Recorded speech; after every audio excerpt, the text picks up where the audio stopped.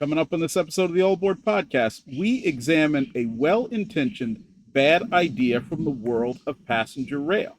Have your tickets out of the envelope. All aboard, please.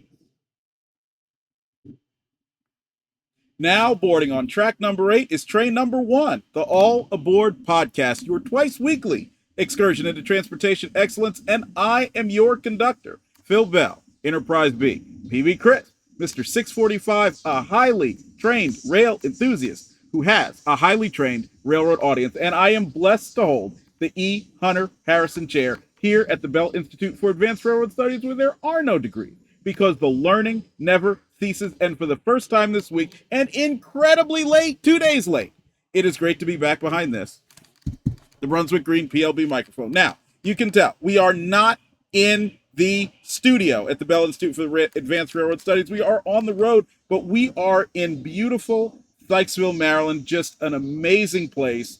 The only negative thing here is that it is incredibly hot, and I'm outside, and it is almost 9 o'clock, and you would think I was in a sauna. But you know what we're going to do? We are going to talk to you about trains, because I know you've been waiting to hear about this, and I have been waiting to share it with you. Now, as I was surfing the internet the other day, I saw something that was a little concerning.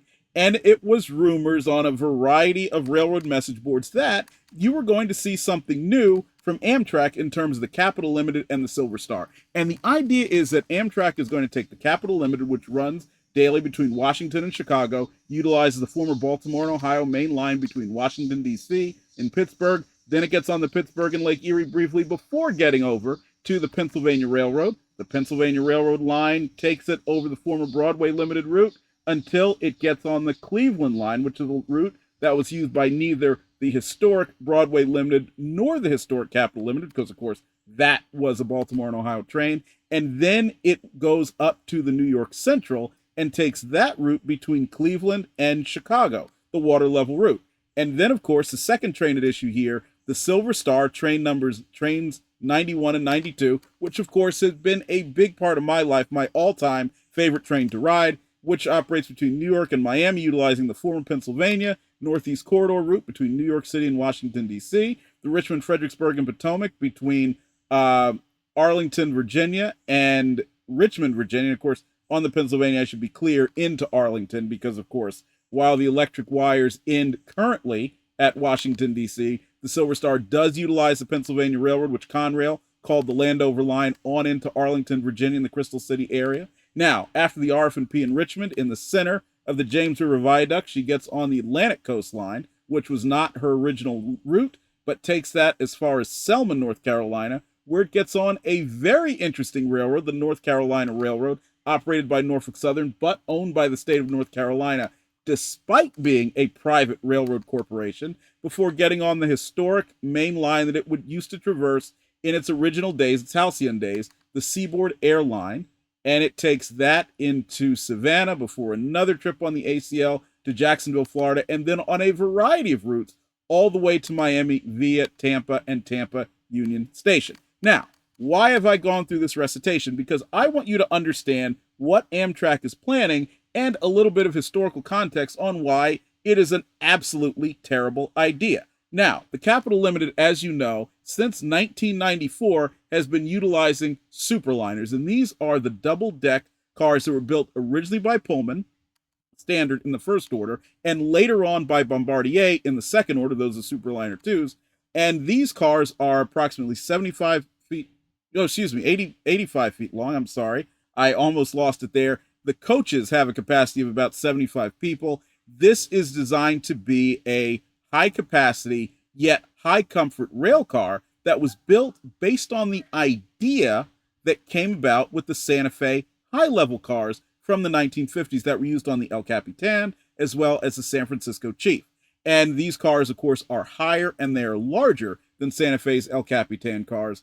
Interesting story, they were originally supposed to be called the Vistaliner, but it turned out that somebody was already using the name Vistaliner for something else, which I think was a bus. Therefore, Superliner became their name. They were originally used primarily on the Western train. So you're thinking about the Empire Builder, the San Francisco Zephyr, which later on became the California Zephyr, and the Sunset Limited. And then, of course, some of the trains that ended up being incorporated with these, such as the Desert Wind and the Pioneer. And the idea was not only were they going to be higher capacity, but they were also going to provide a better view of these great western vistas. So you think about if you're going through on the Denver Rio Grande Western, and you're going through the beautiful mountains, the Rockies, and so forth, through the Rockies, not around them, as the Rio Grande used to say, you would be able to see this from your high coach seat with a big window, or go to the Sightseer Lounge. Well, then in the 1990s, after a while, Amtrak said, well, wait a second,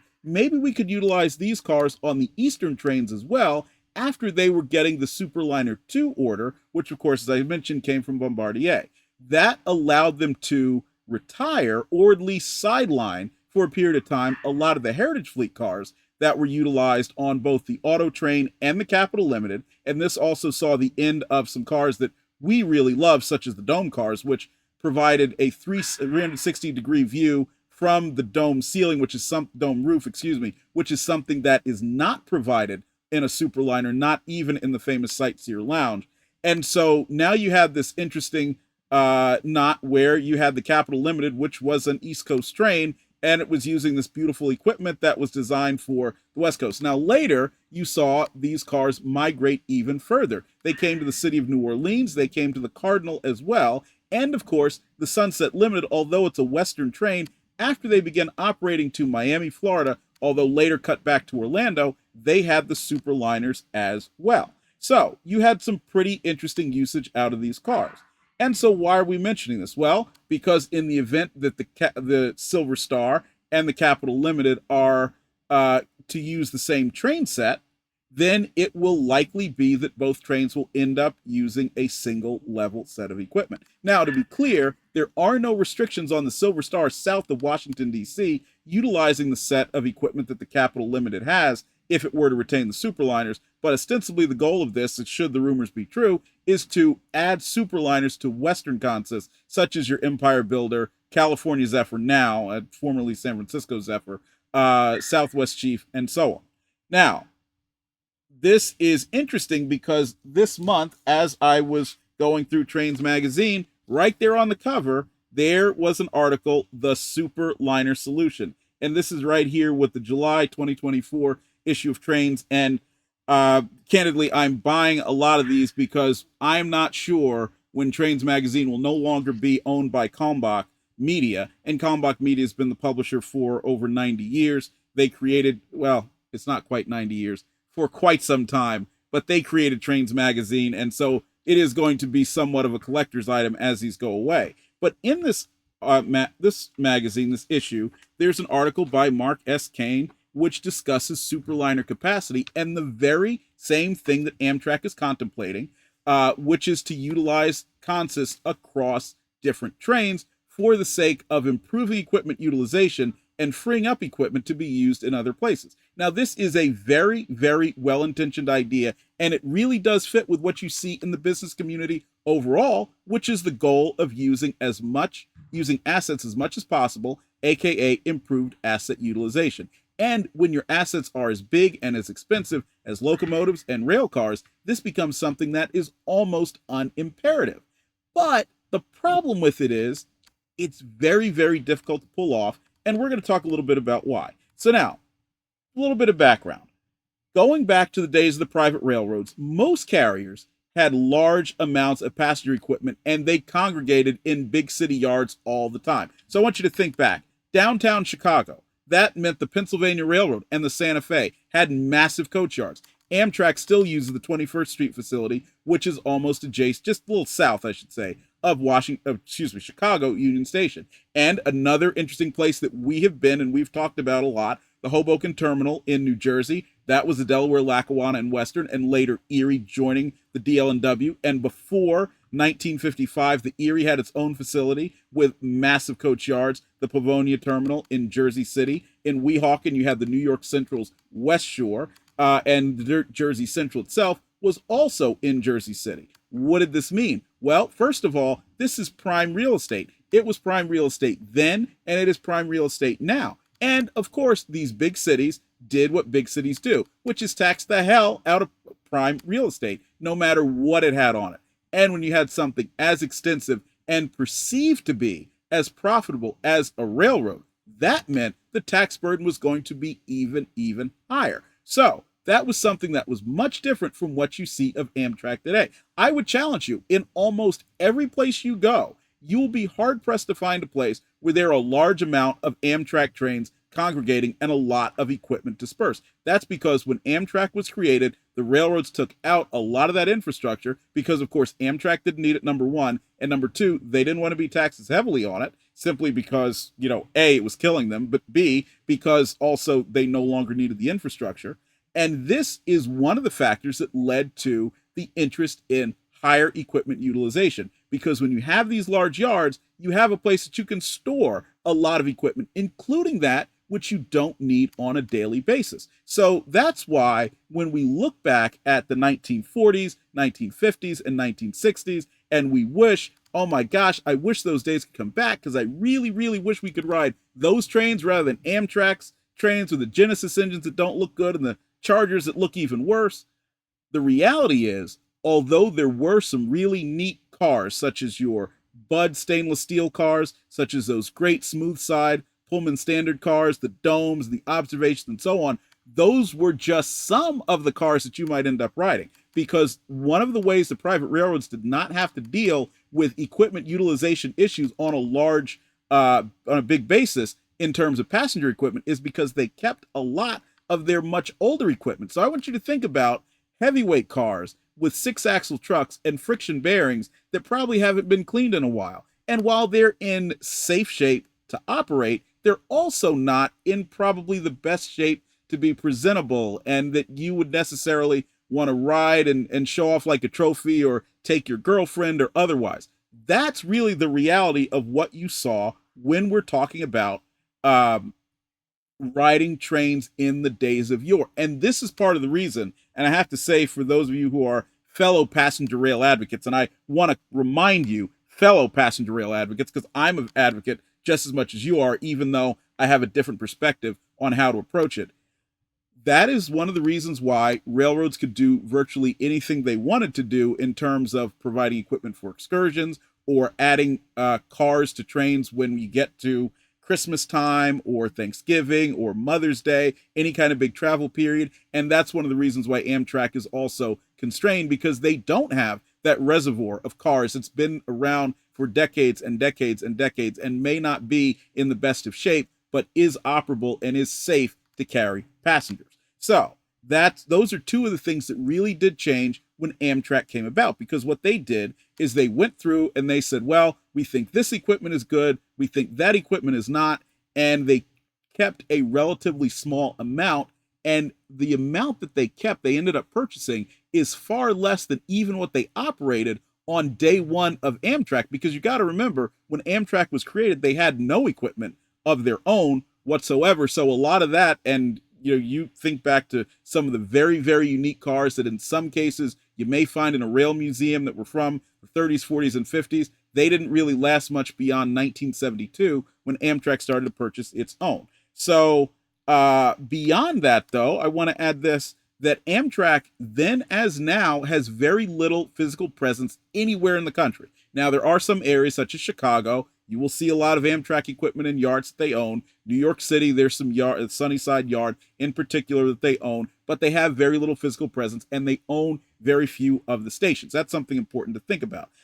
And that also means, since there's only one intercity operator of passenger trains now, there's also very little, if any, equipment that they can draw on outside of the occasional borrowing from a commuter agency in order to keep things going or expand consists. Again, this is why equipment utilization as 1971 stretched into 1975, which came to 1980, and then eventually into 1996, the period that we're discussing here, became of paramount importance. And that's when we get to the individual who wrote this article that's at the subject of today's discussion, Mark Kane. Now, he came to Amtrak from the Burlington Northern. And if you're of a certain age, Burlington Northern was big, Cascade green. It felt like it was just the biggest railroad anywhere. And no matter where you went, you saw a bunch of SD40-2s that were painted in their famous green color. Now, Burlington Northern, of course, was an amalgamation of railroads: Great Northern, Northern Pacific,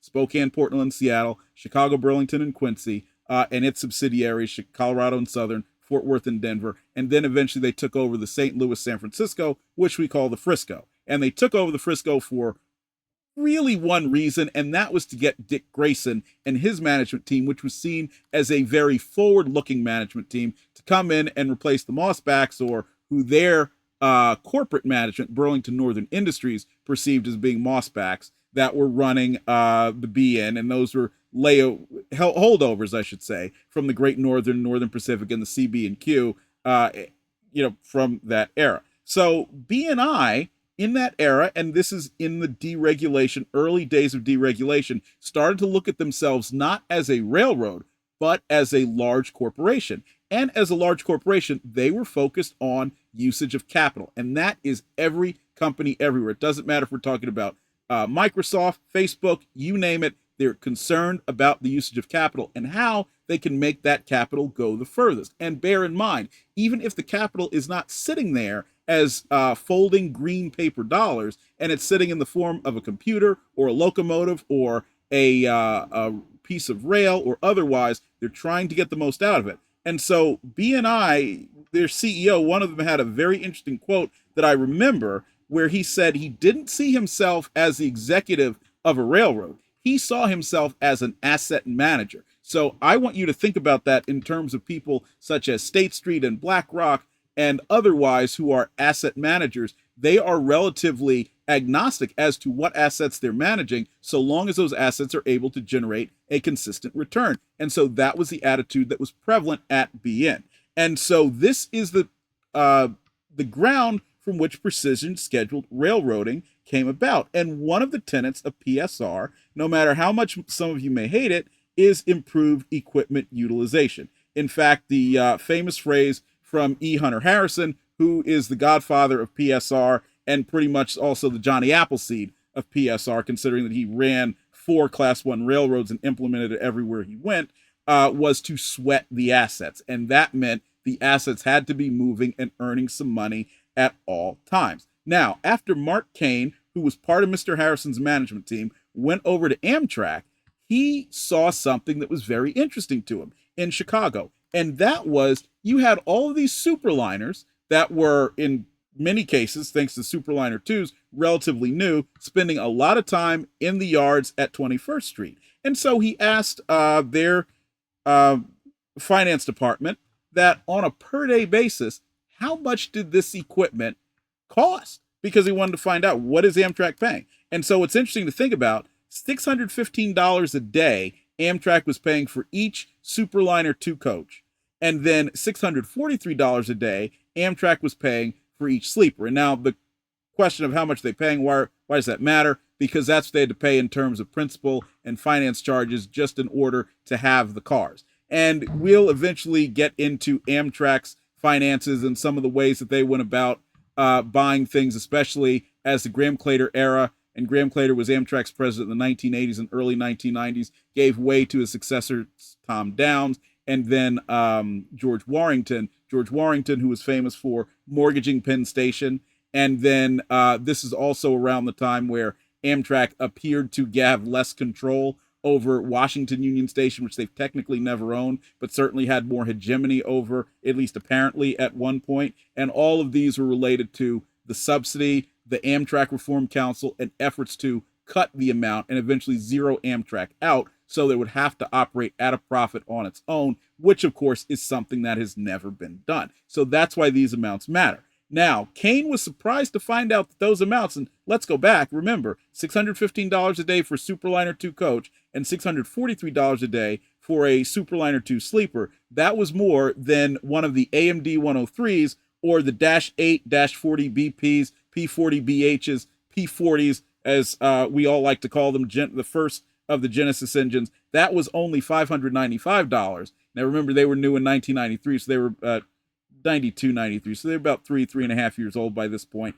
and much more than a Viewliner sleeper, which was costing them $400 a day. And those were also being delivered by Amarail as a successor to Marson Knudsen at that time. So he had a pretty interesting idea. He said, rather than having these superliners, which are costing us a lot of money, lay over in Chicago, let's come up with some way of getting them to, when they arrive in Chicago from Eastern trains, to continue on as Western trains. And what they'll do is take them to the platform. After they arrive, passengers get off, they get cleaned, they get serviced right there, put a new set of locomotives on, and suddenly now your Capital Limited, for example, which just arrived from Washington, D.C., is now your Southwest Chief going out to Los Angeles. Seems like a great idea. So the two that worked the best, this was originally thought about to do with almost every one of the Western trains, but it ended up being, again, the Southwest Chief and Capital Limited. They would share consists, and then you would have the City of New Orleans and the Empire Builder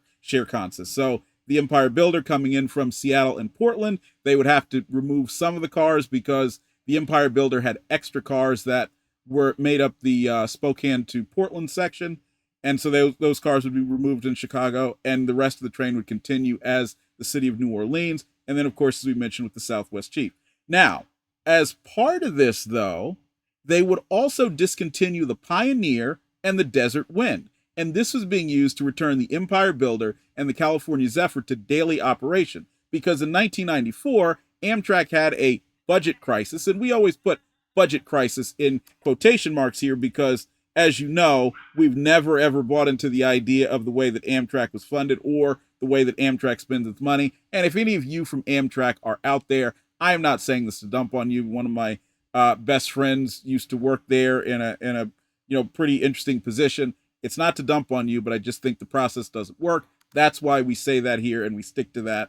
But in the process of this budget crisis, they put a variety of their trains on tri-weekly basis. And as Graham Claytor would call, that is T-R-Y, weekly, W-E-A-K-L-Y. Tri-weekly service is always a failure, for example, on the Sunset Limited and on the Cardinal, because whatever fixed costs do exist, such as access to station facilities and so on, they now get spread out over fewer passengers and lower revenues as opposed to higher revenues, because people will make the adjustment. They understand they can only ride a certain number of days, and so therefore they're going to either A, find other modes of transportation, because generally most people don't align their transportation schedules with what the transportation companies do. We actually look for what the transportation companies do to align with our schedules, whether they like it that way or not, and that includes airplanes and buses as well. And if they can't align with our schedule, we either drive there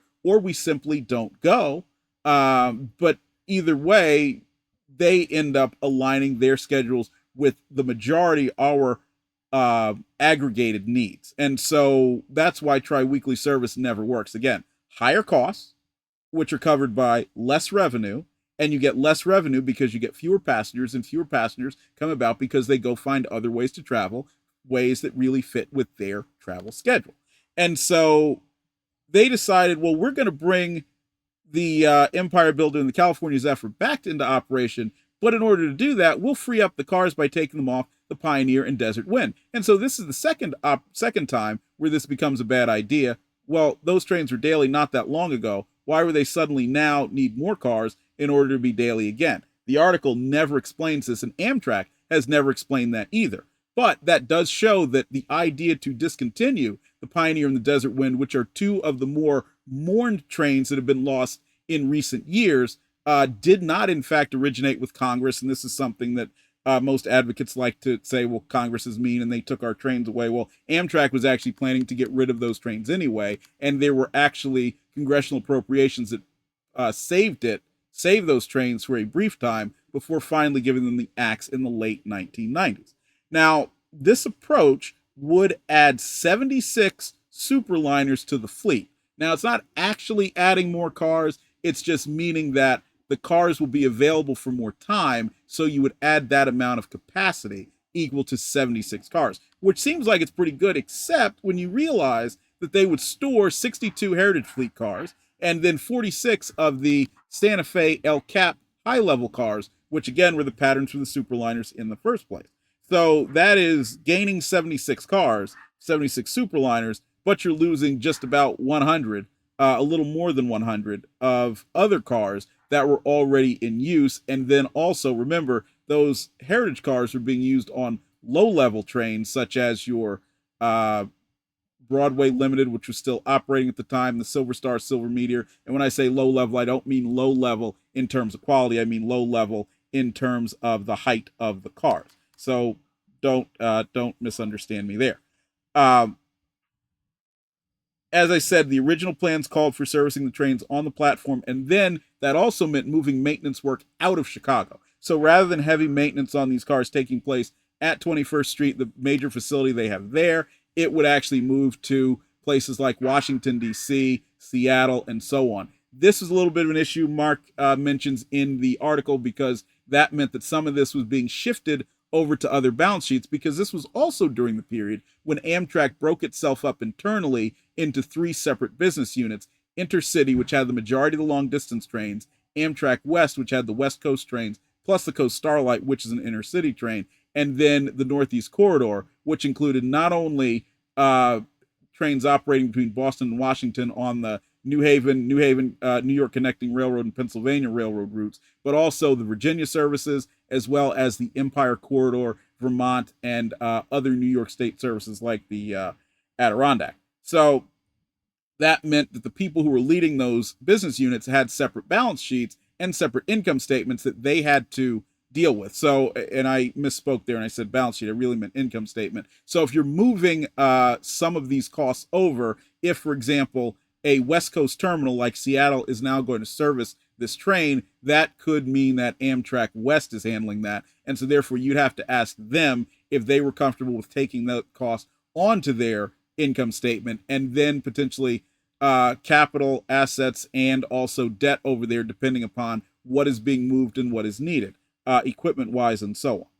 So this became an interesting solution, but it didn't quite work for a variety of reasons. The first, of course, you can probably guess, is timekeeping. Even though there was a substantial amount of time between when, for example, the Capital Limited arrived, which at that time, going back to the Museum of Railway Timetables, which, by the way, is a great website, and we will link it in the show bibliography here, where we went. You can get Amtrak timetables from any year that they printed them. They currently don't print them anymore, as you know. But in those days, in 1996, when this was initiated, the Capital Limited would arrive at 8:45 a.m. Central Time, which is relatively close to when it still arrives today. And then that equipment set would be serviced, worked on, and so forth, and sent out at 5:10 p.m. from Chicago, same Union Station, sending it out to Los Angeles on the old Atchison, Topeka, and Santa Fe. Or at that point, it wasn't the old Santa Fe, it was still the Santa Fe. And even though there's a lot of time, let's remember, if you end up with delays, any kind of delays that happen to the Capital Limited, you are going to have that now impact what happens when you get to the time that's needed to clean the equipment, and then what can happen in a terminal area if anything has to be moved for any reason. What happens if there is a bad order enough on a particular car that all the servicing cannot take place at the station platform as had been originally envisioned? Well, then now you have to take the consist all the way down to the yard. It has to be dealt with over there. Maybe a car has to be switched out, something has to be put in. Otherwise, that can lengthen that time. And then you'll start to have, at the very least, simple delays, such as maybe the dining car can't open up when it needs to, so they're not able to offer as many dinner services on the evening departing Southwest Chief, for example. Or it can be serious enough that they are not able to depart anywhere close to on schedule because they're not able to get the equipment back. And I'll give you a little story about this. And I know it's not quite the same, but it does give you an idea of the sort of delays that can happen. So a few years ago, I was taking the Silver Star from New York City to Virginia. Now, as I said, I love the Silver Star, my all-time favorite train. So anytime I get a chance to ride on the Silver Star, I'll take it. And since I was going to Northern Virginia, I said, I'm going to get on the Silver Star. I'm going to have a great time. We were scheduled to depart somewhere around 3 p.m. or thereabouts. It was early afternoon. I can't remember. I'll have to go back and look because I seem to remember that they leave a little bit earlier than that. Actually closer to 11 a.m. Oh, yeah, that's right. It was around 11 a.m. Anyway, we're supposed to arrive at 3 p.m. That's what it was. So it's wintertime, and they bring the consist over from Sunnyside Yard, which is where the majority of the servicing takes place for these trains. And after they got to Penn Station, they realized there was some kind of mechanical issue that was substantial enough that they had to take the whole consist back to Sunnyside Yard to deal with it. So they did. And when they got there, the train got stuck because some switches froze. So they had to unfreeze the switches and eventually get the train back to to Penn Station. By the time they got it to Penn Station, it was just about 11 p.m. And then something else happened. What was that? Well, the crew that was scheduled to take the train, so we're talking about the T&E crew, the engineer and the conductor, as well as brakeman, they were now over their hours of service limit. So they had to find another crew after they had boarded the passengers. We arrived in Virginia, Alexandria, my stop, exactly 12 hours later. This is the sort of thing that can happen when we're talking about equipment servicing. Now, let's think about what happens if you have the Capital Limited arriving in Chicago at Union Station. Something has to be dealt with, whether we're talking about the summer, the winter, any other time. It goes to the yard. Then you have a variety of things can happen, including interference from commuter trains and otherwise, because there are a lot of commuter trains that go in and out. Now you've brought the consist back, and you suddenly delayed a whole nother group of passengers that can't get from point A to point B now because they're waiting on a train that was not able to be handled properly in the first place. And the best way I can typify this is with another story, which is much shorter here. And it was something I read, and I think it was on the Usenet years ago, but there was a family that rode on the Capital Limited in a Superliner sleeper. And they had a hard time with it because it was uncomfortable. The climate control wasn't working. I think there were some other things in the room that hadn't been attended to properly. And the windows were dirty. That was one of the other things. They really pointed out that the windows were dirty because they were really looking forward to being able to look out the windows and see the nice views out of the Viewliner sleeper. Superliner sleeper. So they get to Chicago and they get off the train and they're happy to see that clunker of a train go. Well, they have the same type of accommodation on the Southwest Chief that they're getting on the same day to go to the West Coast. And so they get on the train. And it turns out they get on the exact same car, in the exact same room, that has the exact same problems, none of which have been dealt with in the few hours between the Capital Limited arrived and when the same equipment was turned over as the Southwest Chief. This just shows that while it was a well-intentioned idea, there are a lot of factors that get in the way and prevent it from being successful. And I don't believe that it's going to be any more successful when they attempt to do the same thing with the Capital Limited and the Silver Star. Now, we've outlined a lot of the reasons, but let's also remember one other thing. And this is something that Amtrak likes to talk about extensively, which is freight train interference. We can never substantiate how much freight train interference there is because we always have to ask the question of, do they leave on time? Does Amtrak leave on time? And to what extent does Amtrak's own problems result in freight train interference? Because if Amtrak misses a slot, what is the freight railroad supposed to do? Sit there and wait for them to show up whenever they do? No, they're going to run other trains. And then when Amtrak shows up, they've got to get into the mix from there. I know that's a contentious point, but that's the way that things tend to happen. And that's pretty much the way things happen in the world in general. If you miss your plane, then they will, fly it anyway without you. And then you try to get on another one later on. It's just, typically how it goes. It is very difficult when you look at the Florida train routing today, especially the Silver Star, which operates over CSX, then NS and North Carolina Railroad back to CSX, before getting up to the Washington, D.C. area.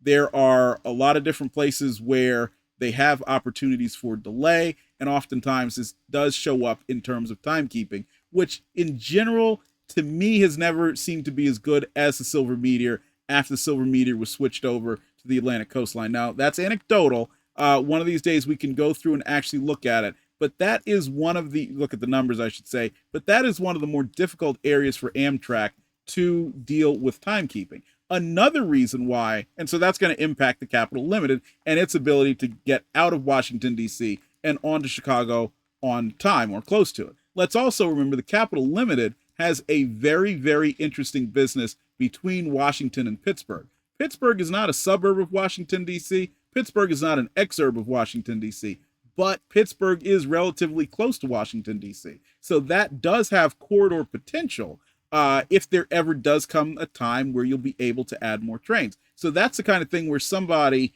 who may not take a train all the way to Chicago, may not want to go overnight, but may consider taking a trip to Pittsburgh or taking a trip to Cumberland, someplace that's relatively close to Washington, D.C., or intermediate. So throwing off these schedules by having a late arriving Silver Star, which means a late departing Capital Limited, also stands to cannibalize that potential and existing, I should say, business that the Capital Limited does have and could certainly grow over the years with improved timekeeping and improved equipment conditions as well as amenities offered on board. Next, let's also remember that the Silver Star does a substantial amount of business between the Southeast and the Northeast. So it's interesting to ride the coaches and see who is aboard the train. And you have a lot of people, a lot of them are blacks, and I'm mentioning that not for racial purposes, but simply for identification purposes, that do have family in the Northeast, just like I did when I started riding the train, and are traveling to southeastern points. So when they get to Washington, D.C., now they're going to have to change and get on another train. Now, to you and I who might be rail enthusiasts, this isn't a big deal. What big deal is it to go get on another train? Well, it means moving your baggage. Baggage can potentially get lost. Things have to be uprooted and so forth to get on another train. Now, if you're going to get on a regional train, you're going to have to mix in with the pretty hefty corridor crowd, which starts in Virginia and also grows in Washington, D.C., and then heads up north. Those cars also, the Amfleet ones, which are primarily what's used, they don't have the headrest, they don't have the leg rest, and there's quite a bit more seats packed into them than on the Amfleet 2, so it's going to be less comfortable. So you're definitely going to be losing a lot of value in terms of the services being provided to people who are consistent customers, especially now that Greyhound service all across the country has declined substantially. So that is an opportunity for Amtrak to make use of one of the few good things about it, which is its ability to provide a seamless ride, one-seat ride, from points such as southern and central Florida all the way up to New York before you have to change New York City, before you have to change trains. So, like I said, changing trains is easy for us as highly trained rail enthusiasts and a highly trained railroad audience, but it's terrible if you are talking about someone who is simply going for transportation. So, all that said, given the experience of Amtrak having done this in the 1990s, and in some cases even as recently as 2013, and the likelihood of losing key market share, this is something that Amtrak shouldn't do. It's a well-intentioned idea, but it's also a bad one. And I hope they will put it on the same shelf as pretty much every other terrible idea that they've had. And quite frankly, we all have terrible ideas, so it's good to review them, but we're just hoping it doesn't come to fruition. Although some of the rumors out there do indicate that after a certain point, you can't get space on the Silver Star up to New York City. So that seems to be a very good indicator. And I think the month is October, when the schedule changes would take place. So that does tend to be a pretty good indication that Amtrak is serious, at least at this time, with going through with that. Now, as you know, we're on a little bit of a messed up schedule, kind of like I guess you'd call it an Amtrak schedule. I'm kidding. Don't kill me. Don't kill me, Amtrak fans out there. So what we will do is we will be back with you on Friday with a full episode. We're going to mop up this week, and we will also be with you again on Saturday with a bonus episode. So stick with us. Thank you for all of your patience as I've been kind of adjusting to my new job, but you can rest assured that under no circumstances will I stop talking to you about trains unless you ever want to stop listening to me talk to you about trains, in which case I'm still going to do it anyway. That's because I'm a highly trained rail enthusiast and I don't have anything else to do. So thanks again for choosing All Things Trains and the All Aboard podcast, and we will see you down the main line.